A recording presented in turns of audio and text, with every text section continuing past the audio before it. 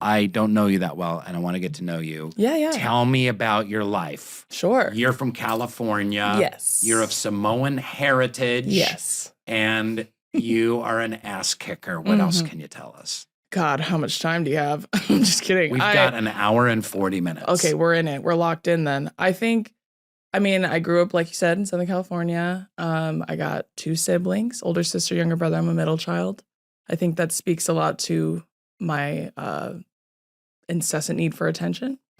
And I think I grew up an athlete. I played soccer my whole life. Almost went to college for an athletic scholarship, but my freshman year of high school, I tore everything in my knee. Oh, goodness. Which kind of redirected my path a little bit. And I want to say, sure. I want to jump right in on that do. one. I know so many people that were headed for sports, got an injury, took their life in an altogether different direction. They were heartbroken, but it actually made their lives better. John Krasinski went to go play basketball at Brown. Really? Injured his knee, took an acting class, and the rest is history. Wow, I did not know that about him. Justin Baldoni was drafted as a soccer player. Same thing, tore up his knee, took an acting class, now is famous actor and director.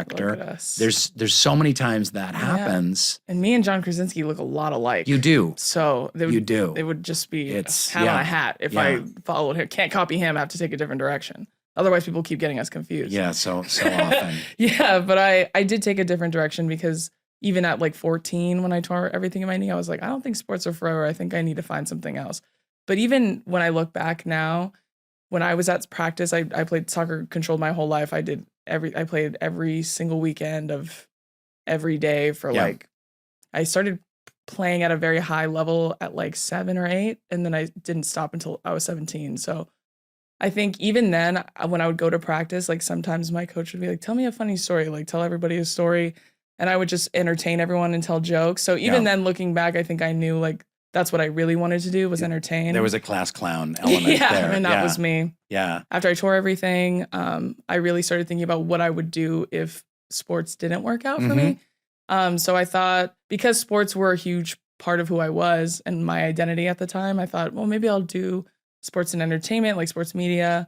I entertained being like a sports and entertainment lawyer for a little because I do love to argue and I love to be right. So I thought lawyer, obviously. But then I realized how much schooling goes into being a lawyer, and I was like, I don't know if I want to be in school for that long. So I took the media route. And I remember I asked my parents, like after I got an academic scholarship, because I did get some soccer scholarships, but I decided not to take them because I got an academic one. So I remember asking my parents, like, are you guys okay if I just don't play anymore and I just go and be a student? And of course, my parents was like, of course we don't care. Yeah. Please, go. You're going to college. Yeah. I went to college and I majored in journalism and communication. So I got both. I double majored both for all 4 years, graduated. And then when I graduated, I did a lot of work in college to pad my resume. So I did lots of I had an extensive reel. I had many clips. I profiled so many players. I worked many different sports. I was really trying to set myself apart. And, it turns out your parents are right about a lot of things and how hard it is to get a job out of college, especially in a very saturated industry like sports and entertainment. So I just took the first job I could get out of college, which is I actually worked with my mom. I worked for my mom actually in PR, which is so funny because that's the complete opposite of journalism. It's honestly the enemy of journalism is PR. So, but it ended up helping me because I learned a lot about PR too. So I did that for I think a year and a half. And then I just got picked out of a resume pile randomly. I just kept sending out my reel and my resume to lots of different sports entities. And then the NFL picked up my resume and then called me, and I did a lot of interviews, and I ended up not even getting the job I applied for. They gave it to someone else, but they really loved me. So they wrote me a letter of recommendation and pushed me to another desk. And then I waited again another 2 months, and again, same rounds of interviews, 5-6 interviews. And then I finally got hired. So I started working there in 2019. And then where was this? At the NFL. At the NFL. Right on. Okay. And so I worked there from August 2019-ish until right after Super Bowl. And then I got fired. and then I was like, well, it looks like I'm going to have to redirect again. Yeah. So that was very difficult for me at the time. But I think 2 weeks maybe after I got fired, the pandemic hit. And so then everybody's at home and everybody's stuck and nobody can do anything. And So what are you going to do other than make TikTok videos? Well, my boyfriend actually encouraged me to start posting on TikTok. Okay. And I thought I was too old for the app at the time. Even now, I'm like geriatric in TikTok years. Like when I tell other TikTokers how old I am, they're like, damn. Yeah. When I tell them how old I am. But my boyfriend encouraged me because I loved telling stories. And I used to post little rants about shit I hated. I used to post I should have asked, can I cuss? Is that okay? Fuck no. Okay. Okay. But I want to talk about this. I think it's really good for especially young people. Yeah. It's good and a reminder for all people, but especially young people to hear to help build resilience. Totally. That sometimes one door closes and another door opens. It's a cliche. It's a Hallmark card. Yeah. All kinds of avenues can open vis-a-vis heartbreak. Absolutely. Do you have any thoughts on that?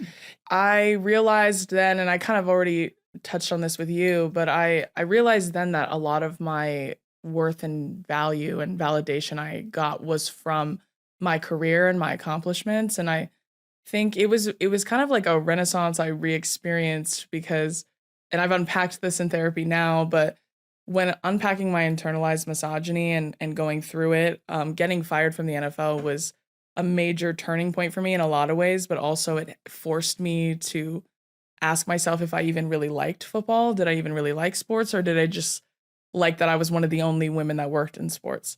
And so that was very hard for me to unpack because as someone who has done a lot of work to let go of my male validation and like my internalized misogyny, it was like very hard for me to accept that maybe everything I had been building towards for however many years and all the work and hours I put into being a journalist and being a sports journalist, that at the very center point, it could have been driven by wanting to be accepted by men or validated by them. And that was very hard for me to unpack because I was like, there's no way that I've like hated them for this long and I've stood up to them and I've stood up for myself. And then at the very end of Rainbow Road, I end up finding out that the wizard's fake. Once I walk the yellow brick road, the wizard's just a guy behind a curtain. It's not even the wizard. And so I worked through that a lot in therapy, and I understand now that I do love football, and what I love about it is not necessarily the sport. What I loved was the human aspect of athletes. Like I thought that was my favorite thing to do, was to profile them and see them in a light that doesn't solely rely on their physicality. And I know now that is because that's how I feel about my own family, because Samoan men make the NFL in very, very high numbers, considering how few there are of us in the world. It's unprecedented. And my dad was one of those men who made it. My dad didn't start playing football till he was like 20. And my dad got a full ride and got drafted. And so he had only been playing for like 3 or 4 years, which is, that's an insane statistic. And it's not unique to Samoan men at all. And so I think now that I've worked through it, I think that was what was driving me, was I really wanted people to see us, and by us I mean Samoan people, in a light that doesn't solely rely on us being the best at sports, like being the biggest, being the fastest, being the strongest.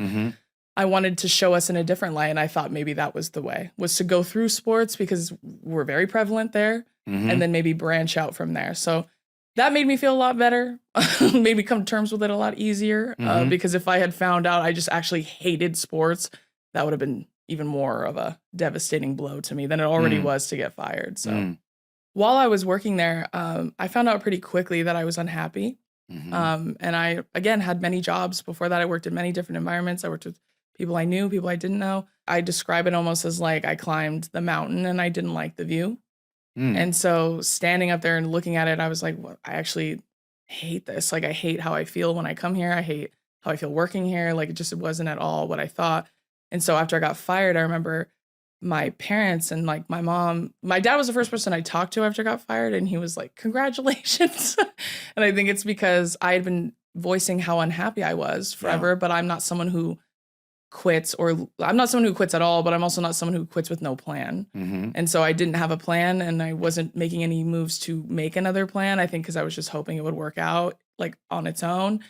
And I remember the day after I got fired, I was very, very depressed and very sad. And my family took me to Disneyland to try and cheer me up. And I remember my mom bought me a mug, and she told me, like, this is just to remind you that like you're intended for something greater. Like, this was not the path for you. Right. And maybe you needed to walk it first to find out for yourself that wasn't the path for you.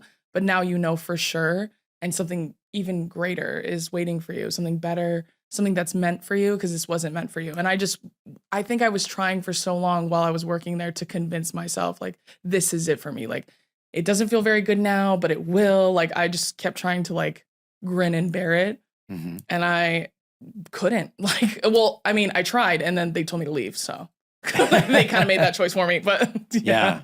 But I'm grateful for it, because if they didn't, I think I would still be there. I would still be trying. I would still be in sports. I would absolutely still be pursuing that same goal if I wasn't like forced to realize that it wasn't my path at all and not my purpose. Yeah. Right. Mm-hmm. And now you've really become such a strong voice of a generation and kind of new wave of feminism. And I just love your work so much. I said the other day, but you're unabashed, unafraid, taking on, I hate to use the phrase toxic masculinity. I wish there was a better It's all right. phrase. We can say it. I won't tell anyone. Yeah. You could say misogyny. That works better. Misogyny. Mm-hmm. Yeah.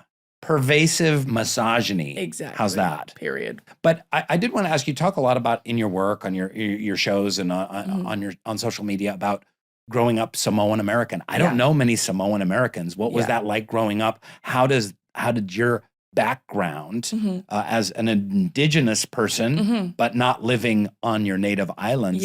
But you talk so much about your family and your heritage. How did it influence you, and how does it inspire your voice? Well, like I told you the other day too, and I've talked about this so many times, and I'm happy to, because I'm very happy that I am a lot of people's first exposure to Samoan people, which I think is a beautiful thing. I mean, it's wonderful that I get to be the first exposure, but I promise you I'm not the only one. There are many of us, and there are many far more talented than myself. And I'm happy to be one of the few that introduces people. And I think it influenced me in many ways, but I think more than anything, like I mentioned, Samoan culture prior to being colonized is matriarchal at its very genesis. And so women have held positions of power in Samoa for centuries. It's been very common. And so we didn't have gender roles. We didn't adhere to a gender binary. Like, those were not things that were part of who we were. They were things that were imposed and inflicted on us. Mm-hmm. And so, having been colonized, now it's it can be a lot different in a lot of ways, but like culturally and historically speaking, we've always been very matriarchal, and my family runs that way too. A lot of my exposure to other Polynesian or Samoan families specifically runs the same way. Like, I always describe it as my mom is the sun of our family, so we all kind of move around her. And that's how many Samoan families are. Mine is not the only one that moves that way. And it's like, if it's okay with dad, great, but I have to ask mom. You know what I mean? And it's like, if you have Samoan men, a lot of times if they have older sisters, like, she has a really big say too in what he does. And Samoan culture, I think, at the very root is to live in service, right? It's to give with no expectation of anything in return. It's to serve, whether it's the Lord or your family or your elders. Like, that's how we move. That's how I was raised. And I think, as far as how it's influenced my content, I actually said this in an interview the other day, but like, if you know any Samoan women specifically, like, they are all exactly like me, which is they don't take shit. Like, they just don't. They don't tolerate disrespect. They don't tolerate shit ever. And so every Samoan woman I know is like me. So when I started doing TikTok, it was fascinating to me, and I think at the same time to everyone else, to see someone like myself. But that's only because they don't really know Samoan women the same way that I do.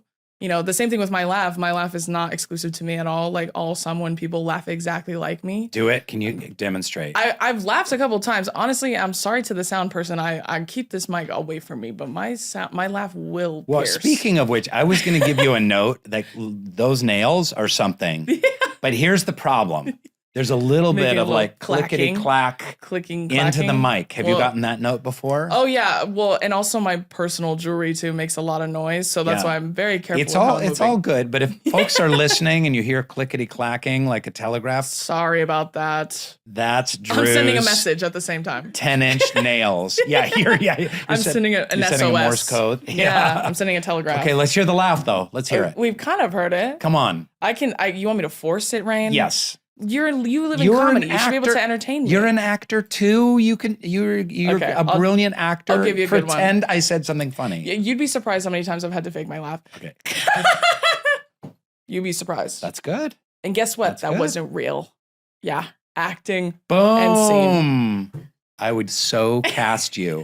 I told you the other day you should absolutely do acting. I'm trying. I really feel like you would kill it out there. I would love to. And I'll get rid of the nails. If any casting people are watching, I'll get rid of the nails. Okay? If you need me, let me know. I'm open. You know what? But here's the problem with Hollywood casting people. Like, they don't want to hear that. This is what they want to hear. Like, I'm keeping the motherfucking nails. Oh, okay. So... Cast me. If you're going to cast me, the nails come with the package. Yeah. Okay. And then they like that. They're like, ooh. Yeah. Ooh, that's edgy. Oh, good to know. You know okay, what I mean? well, I was lying. Maybe I was acting. Who knows? Cast me and we'll find out. We'll never know. The Soul Boom Podcast. Subscribe now on YouTube, Spotify, Apple Podcasts, and wherever else you get your stupid podcasts.